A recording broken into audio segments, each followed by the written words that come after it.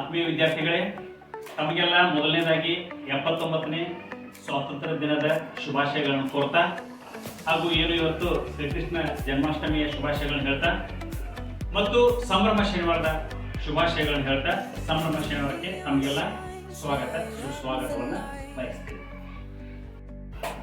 ಇವತ್ತಿನ ವಿಷಯ ಆಧುನಿಕ ಸಂಪರ್ಕ ಸಾಧನಗಳು ಹಾಗೂ ಅವುಗಳ ಸದುಪಯೋಗಗಳು ಮತ್ತು ದುರುಪಯೋಗಗಳ ಕುರಿತು ಚರ್ಚೆ ಮಾಡುವುದಾಗಿದೆ.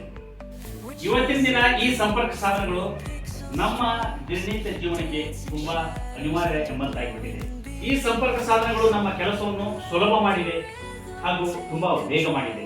ಈ ತಂತ್ರಜ್ಞಾನವನ್ನು ನಾವು ಯಾವ ರೀತಿ ಸದುಪಯೋಗ ಮಾಡ್ಕೋಬೇಕು ಮತ್ತು ಅವುಗಳನ್ನು ಬಳಸುವಾಗ ನಾವು ಮೈಮರೆತರೆ ಏನೆಲ್ಲ ತೊಂದರೆಗಳು ಉಂಟಾಗ್ತವೆ ಎನ್ನುವುದರ ಕುರಿತು ನಮ್ಮ ಶಾಲೆಯ ಶಿಕ್ಷಕಿಯರಾಗಿರ್ತಕ್ಕಂಥ ಶ್ರೀಮತಿ ಪವಿತ್ರ ಟೀಚರ್ ಹಾಗೂ ಕುಮಾರಿ ರುದ್ರಮ್ಮ ಟೀಚರ್ ಅವರು ಇದರ ಬಗ್ಗೆ ಪ್ರಾಸ್ತಾವಿಕವಾಗಿ ಕೆಲವೊಂದು ವಿಷಯಗಳನ್ನು ತಮ್ಮೊಂದಿಗೆ ಹಂಚಿಕೊಳ್ಳಲಿದ್ದಾರೆ. ಮಕ್ಕಳೇ, ನಿಮಗೆಲ್ಲರಿಗೂ ಇವತ್ತಿನ ಒಂದು ಸಂಭ್ರಮ ಶನಿವಾರಕ್ಕೆ ಹೃದಯದ ಸ್ವಾಗತ. ಇವತ್ತಿನ ಒಂದು ವಿಷಯ ಏನಪ್ಪಾ ಅಂತಂದ್ರೆ ಆಧುನಿಕ ತಂತ್ರಜ್ಞಾನದ ಸಾಧನಗಳು ಮತ್ತು ಅಂತರ್ಜಾಲದ ಸುರಕ್ಷಿತ ಸದ್ಬಳಕೆ. ನಮಗೆಲ್ಲ ಗೊತ್ತೈತಿ ಆಧುನಿಕ ತಂತ್ರಜ್ಞಾನದ ಸಾಧನಗಳು ಯಾವುವು ಅಂತ ಹೇಳಿ. ಮೊದಲನೇದಾಗಿ ಕಂಪ್ಯೂಟರ್ ಆಗಿರ್ಬೋದು, ಮೊಬೈಲು, ಆಮೇಲೆ ಇನ್ಸ್ಟಾಗ್ರಾಮು, ಮೊಬೈಲ್ ನಲ್ಲಿ ಬರ್ತಕ್ಕಂಥ ಆ್ಯಪ್ಗಳು, ವಾಟ್ಸಪ್, ಯೂಟ್ಯೂಬ್, ಟ್ವಿಟರ್ ಎಲ್ಲ ನೋಡ್ತಾ ಇದ್ದೀವಿ. ಗೂಗಲ್, ಫೋನ್ ಪೇ ಇವೆಲ್ಲ ಏನಪ್ಪ, ಇವು ಅಂತರ್ಜಾಲದ ಒಂದು ಸಾಧನಗಳು. ಇವೆಲ್ಲ ಉಪಯೋಗ ಮಾಡಬೇಕಾದ್ರೆ ನಮ್ಗೆ ಏನ್ ಬೇಕು? ಇಂಟರ್ನೆಟ್ ಅಂತ ಕರಿತೀವಿ, ಅಂತರ್ಜಾಲ. ಇದರ ಒಂದು ಸಹಾಯದಿಂದ ನಾವು ಇವುಗಳನ್ನ ನಮ್ಮ ದಿನನಿತ್ಯ ಜೀವನದಲ್ಲಿ ಬಳಕೆ ಮಾಡ್ತೀವಿ. ಉದಾಹರಣೆಗೆ ಮೊದಲನೇದಾಗಿ ಇವಾಗ ಸಾಮಾಜಿಕ ಜಾಲತಾಣ ಅಂತ ಕರಿತೀವಿ, ಸೋಷಿಯಲ್ ಮೀಡಿಯಾ ಅಂತ ಕರಿತೀವಿ. ನಮ್ಗೆ ಏನ್ ಮಾಡ್ಬೇಕಪ್ಪ ಅಂತಂದ್ರೆ ಇದರಿಂದ ಸಂವಹನ, ದೂರದಲ್ಲಿರುವಂತಹ ವ್ಯಕ್ತಿಗಳೊಂದಿಗೆ ನಾವೇನ್ ಮಾಡ್ಬೋದು? ಸಂಪರ್ಕವನ್ನ ಸಾಧಿಸಬಹುದು. ಮೊಬೈಲ್ ಮೂಲಕ, ದೂರವಾಣಿ ಮೊಬೈಲ್ ಇಂದ ಏನ್ ಮಾಡ್ತೀವಿ? ಜಗತ್ತಿನ ಯಾವುದೇ ಮೂಲೆಯಲ್ಲಿರುವಂತಹ ವ್ಯಕ್ತಿಯೊಂದಿಗೆ ನಾವು ಸಂಪರ್ಕವನ್ನ ಸಾಧಿಸಬಹುದು. ಅದೇ ರೀತಿ ವಿಡಿಯೋ ಕಾನ್ಫರೆನ್ಸ್. ಈಗ ಬಿಸಿನೆಸ್ ಮ್ಯಾನ್ ವ್ಯವಹಾರ ಮಾಡ್ತಿರ್ತಾರಲ್ಲ, ಬಿಸಿನೆಸ್ ಮ್ಯಾನ್ಗಳು ಅವರು ಬೇರೆ ಬೇರೆ ದೇಶಗಳಲ್ಲಿ ಇರ್ತಕ್ಕಂಥ ವ್ಯಕ್ತಿಗಳೊಂದಿಗೆ ಏನ್ ಮಾಡ್ತಾರ? ವಿಡಿಯೋ ಕಾಲ್ ಮುಖಾಂತರ ನಮ್ಮ ವಹಿವಾಟನ್ನ ಮಾಡ್ತಾರೆ. ಅದೇ ರೀತಿಯಾಗಿ ಮಾಹಿತಿ ಮತ್ತು ಶಿಕ್ಷಣ ಅಂತ ಬರ್ತದೆ. ಶಿಕ್ಷಣ ಕ್ಷೇತ್ರದಲ್ಲಿ ಇವಾಗ ಹೊಸ ಆವಿಷ್ಕಾರಗಳು, ದಿನದಿಂದ ದಿನಕ್ಕೆ ಹೊಸ ಆವಿಷ್ಕಾರಗಳಾಗ್ತಾ ಇದ್ದಾವೆ. ತಂತ್ರಜ್ಞಾನದಲ್ಲಿ AI, ಆರ್ಟಿಫಿಷಿಯಲ್ ಇಂಟೆಲಿಜೆನ್ಸ್ ಅಂತ ಕರಿತೀವಿ. AI ಟೂಲ್ಸ್ ಮೂಲಕ ಕಲಿಯಲಿಕ್ಕೆ ಮತ್ತು ಕಲಿಸಲಿಕ್ಕೆ ಒಂದು ವೇದಿಕೆಯನ್ನು ರೆಡಿ ಮಾಡಿಕೊಡ್ತಾ ಇದೆ. ಅದರ ಮೂಲಕ ನಾವು ಅದರಲ್ಲಿ ಒಂದು ಆ್ಯಪ್ ಬರ್ತಾವ.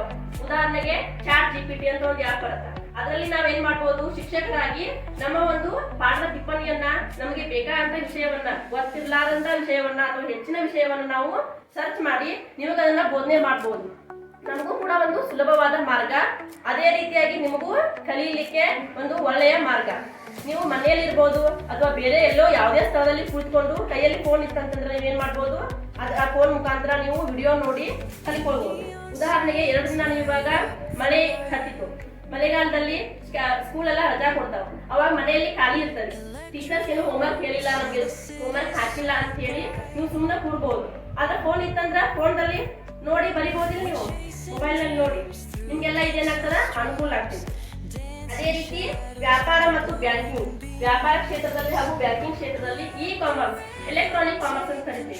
ಇ-ಕಾಮರ್ಸ್ ಮೂಲಕ ನಾವು ಆನ್ಲೈನ್ ವ್ಯವಹಾರವನ್ನ ಮಾಡಬಹುದು. ಅಂದ್ರೆ ಇವಾಗ ಬೇರೆ ನಿಮ್ಗೆ ಬೇರೆ ದೇಶದಲ್ಲಿ ಅಥವಾ ಬೇರೆ ಸ್ಥಳದಲ್ಲಿರುವಂತಹ ವ್ಯಕ್ತಿಗಳೊಂದಿಗೆ ನಾವು ಇಮೇಲ್ ಅಂತ ಕರಿತೀವಿ. ನಮ್ಮ ಒಂದು ವ್ಯವಹಾರಕ್ಕೆ ಸಂಬಂಧಪಟ್ಟಂತ ಯಾವುದೇ ಒಂದು ಮಾಹಿತಿಯನ್ನ ಇಮೇಲ್ ಮಾಡಬಹುದು. ಅವರ ಮಾಹಿತಿಯನ್ನ ನಮ್ಗೆ ಏನ್ ಮಾಡ್ತಾರ? ಅಲ್ಲಿಂದ ಇಲ್ಲಿ ಬರೋಕ್ಕಿಂತಲೂ ವೆಚ್ಚನೂ ಕಡಿಮೆ ಆಗ್ತೈತಿ, ಸಮಯದ ಒಂದು ಉಳಿತಾಯನೂ ಆಗ್ತೈತಿ, ಕೆಲಸನೂ ವೇಗವಾಗಿ ಆಗ್ತೈತಿ. ಅಥವಾ ಒಂದು ಟ್ರೈನ್ ಬುಕ್ ಮಾಡೋದು, ವಿಮಾನ ಬುಕ್ ಮಾಡ್ಬೋದು, ರೈಲ್ ಬುಕ್ಕಿಂಗು, ನೀವು ಯಾವುದೇ ಒಂದು ಬುಕ್ ಮಾಡ್ಬೇಕಾಗಿತ್ತಂದ್ರ ಮನೆಯಲ್ಲಿ ಕುಳಿತುಕೊಂಡೇ ನೀವೇನು ಬುಕ್ ಮಾಡ್ಬೋದು, ಅಲ್ಲಿ ಹೋಗಿ ಮಾಡ್ಬೇಕಂತ ಏನಿಲ್ಲ. ಹಾಗೂ ಬ್ಯಾಂಕಿಂಗ್ ಕ್ಷೇತ್ರದಲ್ಲಿ ಇವಾಗ RTGS, ನೆಫ್ಟ್ ಅಂತ ಕರೀತಾರೆ. ನೀವು ದುಡ್ಡು ಕೊಡ್ಬೇಕಾಗಿತ್ತಂದ್ರ ಬೇರೆ ಊರದಲ್ಲಿರುವಂತಹ ನಿಮ್ಮ ಒಂದು ಸಂಬಂಧಿಕರಾಗಿರ್ಬೋದು, ನಿಮ್ಮ ಫ್ರೆಂಡ್ಸ್ಗೆ ಅಮೌಂಟ್ ಕಳಿಸ್ಬೇಕಾಗಿತ್ತು, ದುಡ್ಡು ಕೊಡ್ಬೇಕಾಗಿತ್ತಂದ್ರ ನೀವು RTGS ಅಥವಾ NEFT, phone pay, Google pay ಎಲ್ಲ ಕೇಳಿದ ಹೆಸರು ನೀವು ಇಂಟರ್ನೆಟ್ ಅಂತರ್ಜಾಲದ ಸಹಾಯದಿಂದ ನೀವು ಬೇರೆ ತುದಿಯಲ್ಲಿ ನಿಮ್ಗೆ ಎಷ್ಟು ಬೇಕಲ್ಲ ಅಷ್ಟು ದುಡ್ಡು ಏನಾಗುತ್ತಾ? ರವಾನೆ ಆಗುತ್ತೆ. ಫೋನ್ ಪೇ ಮುಖಾಂತರ, ಗೂಗಲ್ ಪೇ ಮುಖಾಂತರ, RTGS ಅಥವಾ ನೆಫ್ಟ್ ಅಂತ ಕರಿತೀವಿ. ಈ ಒಂದು ಸಹಾಯದಿಂದ ನಾವು ದುಡ್ಡಿನ ಒಂದು ವ್ಯವಹಾರವನ್ನ ಮಾಡಬಹುದು. ಅದೇ ರೀತಿಯಾಗಿ ಆರೋಗ್ಯ ಸೇವೆಗಳು. ಹಾಸ್ಪಿಟಲ್ ನಲ್ಲಿ, ಆಸ್ಪತ್ರೆಯಲ್ಲಿ ಬಹಳಷ್ಟು ರೋಗಿಗಳು ಇರ್ತಾರೆ, ಬಹಳಷ್ಟು ವ್ಯಕ್ತಿಗಳು ಇರ್ತಾರೆ. ಎಲ್ಲಾ ಕೂಡಿಸಿ ಒಂದ ಕಡೆ ಇಟ್ರೆ ಏನಾಗ್ತತಿ ಅವ್ರಿಗೆ ಕನ್ಫ್ಯೂಸ್ ಆಗ್ತತಿ. ಪ್ರತಿಯೊಬ್ಬರಿಗೂ ಒಂದೊಂದು ಫೈಲ್ ಮಾಡಿರ್ತಾರ, ಅವ್ರು ಕಂಪ್ಯೂಟರ್ ಅಲ್ಲಿ ಸ್ಟೋರ್ ಮಾಡಿರ್ತಾರೆ, ಹೆಸರು ಕೊಟ್ಟು ಸೇವ್ ಮಾಡಿರ್ತಾರ. ಅದರಲ್ಲಿ ಒಬ್ಬ ವ್ಯಕ್ತಿಗೆ ಸಂಬಂಧಪಟ್ಟಂತೆ ಆಯಾ ರೋಗಕ್ಕೆ ಸಂಬಂಧಪಟ್ಟಂತೆ ಆ ವ್ಯಕ್ತಿಯ ಯಾವ ಡಾಕ್ಯುಮೆಂಟ್ಸ್ ಅವಲ್ಲ ಒಂದ್ ಕಡೆ ಫೈಲ್ ಮಾಡಿರ್ತಾರೆ. ಈ ರೀತಿ ಆರೋಗ್ಯ ಸೇವೆ ಅಂತಲ್ಲ ಎಲ್ಲಾ ಕಡೆನೂ ಕೂಡ ಕಂಪ್ಯೂಟರ್ ನಲ್ಲಿ ನಾವು ಸ್ಟೋರ್ ಮಾಡಿರುವುದರಿಂದ ನಮ್ಮ ಒಂದು ಸಮಯ ಆಗಿರ್ಬೋದು, ವೆಚ್ಚ ಆಗಿರ್ಬೋದು, ಸ್ಥಳದ ಅಭಾವ ಆಗಿರ್ಬೋದು ನಾವು ಕಡಿಮೆ ಮಾಡಬಹುದು. ಅದೇ ರೀತಿಯಾಗಿ ಆನ್ಲೈನ್ ಶಾಪಿಂಗ್ ನಿಮ್ಗಂತೂ ಗೊತ್ತಿದೆ, ಏನೇ ಬೇಕಾದ್ರೂ ಕೂಡ ಆನ್ಲೈನ್ ಅಲ್ಲಿ ಆರ್ಡರ್ ಮಾಡ್ತೀವಿ. ಹೌದು, ಊಟದಿಂದ ಹಿಡಿದು ಬಟ್ಟೆಯಿಂದ ಹಿಡಿದು ಪ್ರತಿಯೊಂದು ವಸ್ತು ಆನ್ಲೈನ್ ಅಲ್ಲಿ ಸಿಗ್ತದ. ಒಂಥರ ಹೆಂಗ್ ಹೇಳ್ಬೇಕಂದ್ರ ಜಗತ್ತ ನಮ್ ಕೈಯಾಗ ಐತೆ ಅನ್ಬೋದು. ಹೌದಾ, ಬಟ್ಟೆ ಆಗಿರ್ಬೋದು, ಊಟ ಆಗಿರ್ಬೋದು.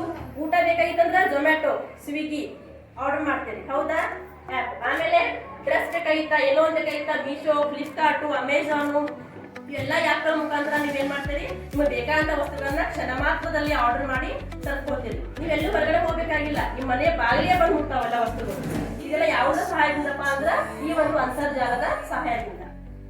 ಈ ರೀತಿಯಾಗಿ ನೀವು ಈ ಒಂದು ಅಂತರ್ಜಾಲವನ್ನ ನಿಮ್ಮ ಜೀವನದಲ್ಲಿ ಕೂಡ ಒಳ್ಳೆ ರೀತಿಯಲ್ಲಿ ಉಪಯೋಗ ಮಾಡಿಕೊಂಡು ಒಂದು ವೇದಿಕೆಯನ್ನಾಗಿಸಿಕೊಂಡು ನಿಮ್ಮ ಜೀವನವನ್ನ ರೂಪಿಸಿಕೊಳ್ಳಿ ಅಂತ ಹೇಳ್ತಾ ನಾನು ಒಂದು ಅನುಕೂಲವನ್ನು ಹೇಳಿ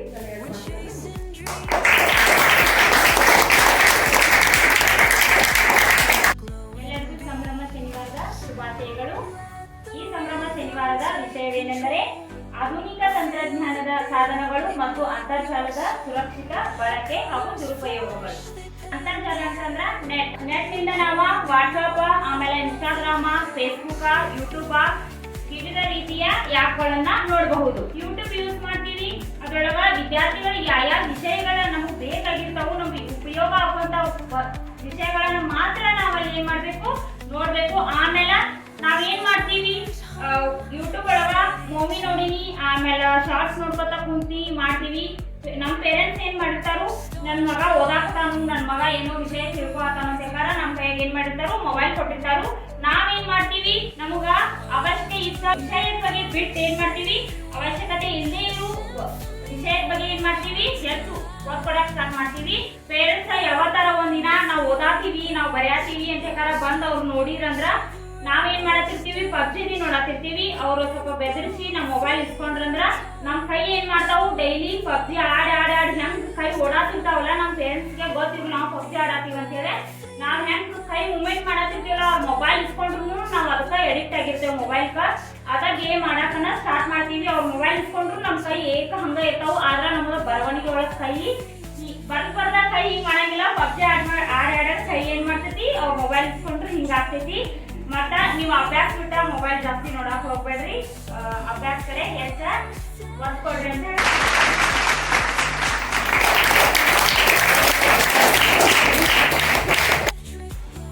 ಕೇಳಿಸ್ಕೊಂಡ್ರಲ್ಲ ವಿದ್ಯಾರ್ಥಿಗಳೇ, ಏನು ಆಧುನಿಕ ತಂತ್ರಜ್ಞಾನ, ಈ ಮಾಧ್ಯಮಗಳು, ಸೋಷಿಯಲ್ ಮೀಡಿಯಾ ಅಂತ ಏನು ಹೇಳ್ತೀವಲ್ಲ, ಈ ಸಂಪರ್ಕ ಸಾಧನಗಳು, ಇದರಿಂದ ನಮಗೆ ಉಪಯೋಗನೂ ಇದೆ, ದುರುಪಯೋಗನೂ ಇದೆ. ಉಪಯೋಗ ಹಾಗೂ ದುರುಪಯೋಗ ಒಂದೇ ನಾಣ್ಯದ ಎರಡು ಮುಖಗಳಿದ್ದಂತೆ. ಒಂದು ಗುಲಾಬಿ ಹೂ ಚಂದ ಕಾಣ್ತಕ್ಕಂತ ಹೋಗಿ ನಾವು ಗುಲಾಬಿ ಹೂವನ್ನ ಸೂಕ್ಷ್ಮವಾಗಿ ಅದನ್ನ ಬಿಡಿಸ್ಕೊಂಡ್ರೆ ನಮಗೆ ಹೂ ಸಿಗ್ತದೆ. ಯದ್ವಾ ಹೂವನ್ನು ಕೀಳಿಕ್ ಹೋದ್ರೆ ಹೂವಿನ ಬದಲಾಗಿ ಮುಳ್ಳು ಚುಚ್ಚಿಕೊಂಡು ನಮ್ಮ ಕೈಗೆ ರಕ್ತ ಆಗ್ತದೆ. ಹಾಗೆ ಇದು ಏನಂತಂದ್ರೆ ಸಂಪರ್ಕ ಸಾಧನಗಳ ಜೊತೆ ನಾವು ವ್ಯವಹಾರ ಮಾಡುವಂತ ಸಂದರ್ಭದಲ್ಲಿ ತುಂಬಾ ಎಚ್ಚರಿಕೆಯಿಂದ ಇವುಗಳನ್ನು ನಾವು ಬಳಕೆ ಮಾಡ್ಕೊಂಡಿದ್ದೆ ಆದ್ರೆ ಇದರ ಸದ್ಬಳಕೆ ಆಗ್ತೈತಿ.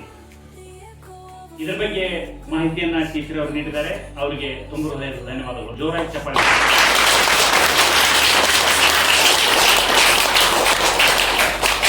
ಇನ್ಮೇಲೆ ನಾವು ಹೊರಗಡೆ ಹೋಗಿ ಇದಕ್ಕೆ ಸಂಬಂಧಿಸಿದಂತ ಅರಿವು, ಅನುಭವ ಮತ್ತು ಅವಲೋಕನ ಈ ಚಟುವಟಿಕೆಗಳನ್ನು ನಾವು ಶಾಲಾ ಮೈದಾನದಲ್ಲಿ ಮಾಡೋಣ.